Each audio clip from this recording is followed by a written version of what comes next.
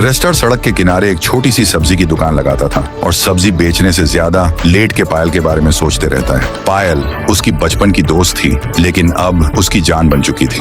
वो खुद से बोला, बस आज तो कह ही दूंगा उससे, जो होगा देखा जाएगा। शाम को दोनों समुंदर के किनारे घूमने गए। ठंडी हवा चल रही थी, लेकिन रेस्टार के दिल में तो तूफान था। उसने आंखों में आंखें डाल के कहा, पायल, शायद पहले कभी प्यार नहीं बोला, लेकिन मैं तुझ में अपना फ्यूचर देख चुका हूँ। पायल मुस्कुराई और बोली, तो फिर लेट किस बात की?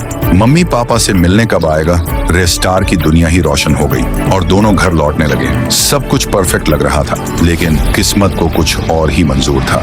थोड़ा आगे जाने के बाद सामने से एक तेज रफ्तार गाड़ी आई और जोर से टक्कर। सब कुछ एक पल में खत्म हो गया। कुछ देर बाद रेस्टार की आंख खुली। उसने देखा पायल जमीन पर बेहोश पड़ी थी, खून से लथपथ। रेस्टार घबरा के चीखा, पायल मेरी जान, उठना! लेकिन पायल बिल्कुल शांत थी।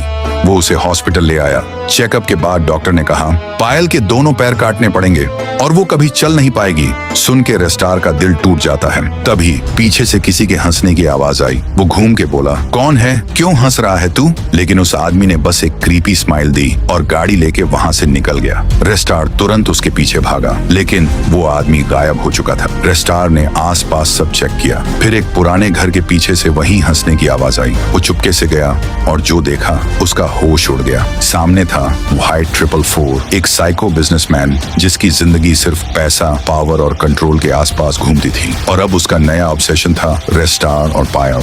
रेस्टार समझ गया था पायल के एक्सीडेंट के पीछे व्हाइट 444 ही था, लेकिन जैसे ही वो आगे बढ़ा, पीछे से किसी ने उसके सिर पर जोर से वार किया। सब कुछ अंधेरा हो गया। जब होश आया, रेस्टार ने अपने आप को एक पुरानी बंद फैक्ट्री के अंदर पाया, जंजीरों से बंधा हुआ। अब सवाल ये है, व्हाइट 444 ने पायल को मारने की कोशिश क्यों की? किसने रेस्टार के सिर पर वार किया? और रेस्टार वहां फैक्ट्री तक आया कैसे? नेक्स्ट पार्ट जानने के लिए अगला पार्ट कमेंट में लाल दिल भेजो।